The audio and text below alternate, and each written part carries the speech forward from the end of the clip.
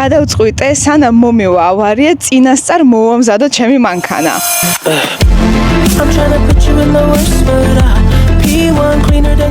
ეხლა მოვედი ვრაპ სტუდიაში იმისთვის რომ დავიცვო ჩემი მანქანა ყველანაირი რისკებისგან. ანა, ზოგადად რისთვის არის საჭირო დამცავი ფირის გადაკრვა მანქანაზე?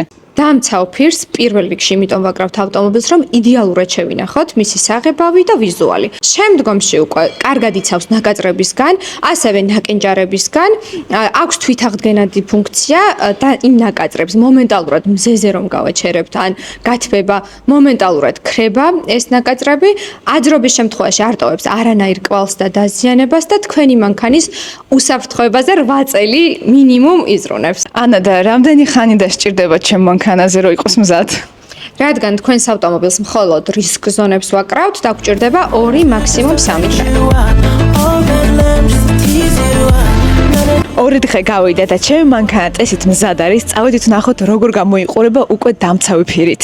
გვერდო, კიდევ უფრო ლამაზი ფერი გახდა.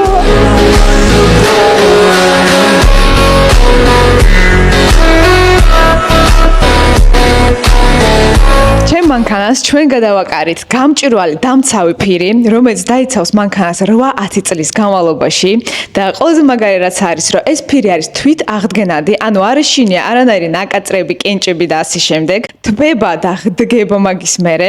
ამის გარდა გადავწყვიტეთ, რომ უნდა დავიცვათ საქარე მინა, იმიტომ რომ კენჭები შეიძლება მოხვდნენ აქაც და კიდე ოდნავ დავამუქეთ გვერდითა მინები. და რაც მთავარია, დამცავი და ფერადი ფირებისთვის და კიდე ბევრი სხვა მომსახურებისთვის შეგიძლიათ ეწვიოთ ვრაპ სტუდიოს.